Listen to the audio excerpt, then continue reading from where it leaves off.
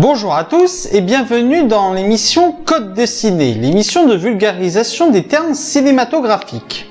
Quand on écoute une émission sur le cinéma ou quand on entend une critique de film, on peut rencontrer des termes qui parfois ne sont pas évidents à appréhender, surtout pour les non-initiés. Alors dans Code de Ciné, nous allons parler de certains de ces termes afin que vous, spectateurs, puissiez vous retrouver lorsque vous voyez une critique. Notre premier sujet sera donc sur la suspension d'incrédulité et surtout en quoi elle joue sur la cohérence scénaristique. Avant de commencer cette critique, je tiens à vous avertir qu'il y aura des spoilers. Donc si vous voulez éviter d'être spoilé sur les films suivants, allez voir dans la description les timecodes qu'il faudra éviter. Alors, la suspension d'incrédulité, qu'est-ce que c'est ? Eh bien, c'est une opération psychologique que vous faites inconsciemment lorsque vous regardez une œuvre de fiction afin d'en accepter l'univers.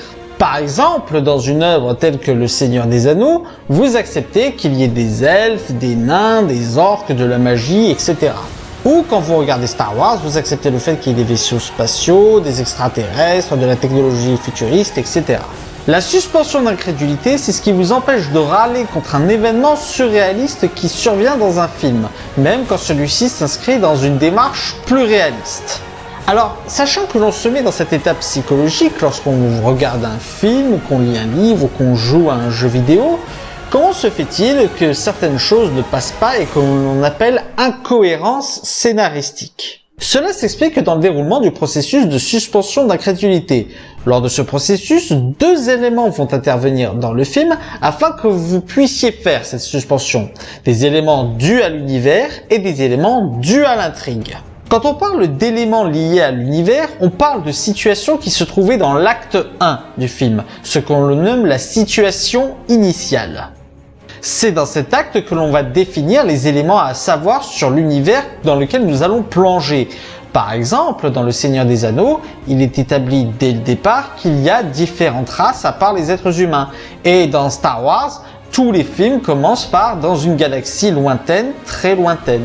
Si un événement contredit ces éléments sans aucune explication logique, il n'y aura pas seulement incohérence scénaristique au niveau de l'œuvre, ce sera une incohérence scénaristique au niveau de la saga entière, de l'univers établi à laquelle l'œuvre appartient. Afin de mieux illustrer mes propos, voici quelques incohérences scénaristiques qui contredisent des éléments dus à l'univers des œuvres auxquelles ils appartiennent. Premier exemple d'incohérence scénaristique à l'univers du film, le dernier maître de l'eau. Le fait que la civilisation du feu mette autant à mal la civilisation de l'eau durant la bataille finale est une incohérence scénaristique sur l'univers, puisque la civilisation de l'eau maîtrisant l'eau il ne devrait avoir aucun mal à renverser les bateaux et à les faire chavirer avant même qu'ils n'arrivent. Deuxième exemple d'incohérence scénaristique à l'univers du film. L'histoire sans fin 3. Je fais le vœu que l'histoire sans fin abandonne les mauvais garçons et revienne dans son... Non, Bastien, arrête, je t'en prie. Votre Majesté, Bastien, les Fantasiens qui t'ont aidé ont été pris dans un excédent de souhait. Le fait que Bastien ait eu le droit à une surcharge de vœux est une incohérence puisque aucun élément n'a établi cet état de fait et que Bastien pouvait faire autant de vœux qu'il souhaitait durant le deuxième film. Troisième exemple d'incohérence scénaristique à l'univers du film, Resident Evil Extinction.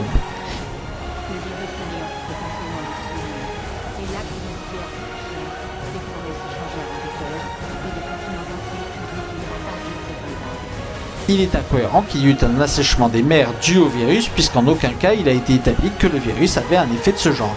Un deuxième type d'élément va intervenir au cours du processus de suspension d'incrédulité, les événements dus à l'intrigue. Ce sont des événements qui ne servent que le scénario qui est raconté dans l'œuvre qui nous est présentée. Lorsque deux éléments introduits dans le scénario sont incompatibles, c'est encore une incohérence scénaristique, mais cette fois-ci qui n'entachera pas l'univers entier de la saga, mais seulement le récit qui nous est raconté. Voici quelques exemples. Premier exemple d'incohérence scénaristique due à l'intrigue. Grave. Comment le coloc peut coucher avec cette fille, avoir une érection, etc. s'il a été établi clairement qu'il était homosexuel?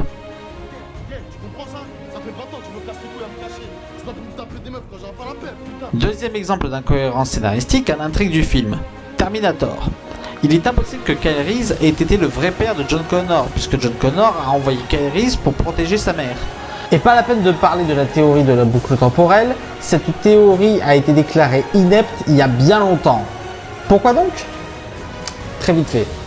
Si on considère le temps comme une seule ligne, ce que suggère cette théorie, il y a forcément eu un événement qui a déclenché la première boucle, mais qui n'a pas pu être produit par la boucle même, puisqu'à ce moment-là, il n'y avait pas encore de boucle. Dans ces cas-là, où est le premier père de John Connor? Pire encore, si c'est une boucle, pourquoi il n'y a pas plusieurs Kyle Reese? Troisième exemple d'incohérence scénaristique à l'intrigue du film, Volt, star malgré lui. C'est pas sérieux, vraiment. Vous vous rendez compte que le chien aurait pu l'avoir? Il est totalement incohérent que les pouvoirs de Volt aient pu être tournés en une prise et que les pouvoirs se soient déclenchés sans même qu'il se soit aperçu des caméras perchées et autres choses essentielles sur un tournage. Attention cependant, il ne faut pas confondre incohérence scénaristique et facilité scénaristique. Contrairement à l'incohérence scénaristique, la facilité scénaristique ne contredit aucun point dû à l'intrigue ou à l'univers, mais enclenche un événement de façon précipitée qui aurait mérité plus de développement. Dans le cadre d'une facilité scénaristique, ce qu'on va reprocher au film, ce n'est pas d'être incohérent, mais c'est d'être très grossier sur les ficelles narratives et scénaristiques qui nous sont présentées. Et on va terminer sur quelques exemples. Premier exemple de facilité scénaristique, le dernier maître de l'air.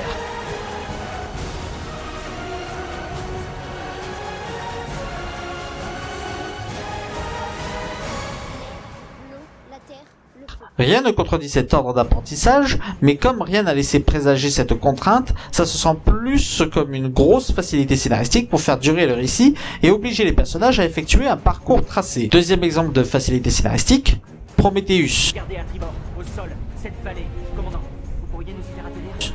En soi, rien ne contredit le fait qu'il trouve ce qu'il cherche aussi rapidement, mais c'est quand même un coup de chance incroyable que le vaisseau arrive pile poil au bon moment pour tomber pile poil là où il faut pour chercher les ingénieurs.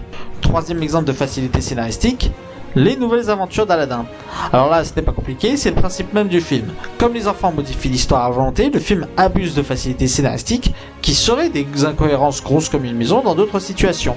Afin de conclure cette chronique, nous allons nous poser une question. Qu'est-ce qu'un bon scénario? Selon moi, un scénario n'a pas besoin d'être compliqué ou complexe, mais il doit répondre à deux conditions. Être cohérent et avoir une bonne structure narrative. Un scénario qui répond à ces deux conditions pourra surprendre ou faire passer un message, ou nous entraîner dans l'univers qu'il nous introduit, voire même les trois à la fois. Voilà, c'était la première émission de Code de Ciné. J'espère que cela vous aura plu. N'hésitez pas à mettre un pouce vert si c'est le cas et à partager sur les réseaux sociaux. D'ici là, allez au cinéma. Ciao!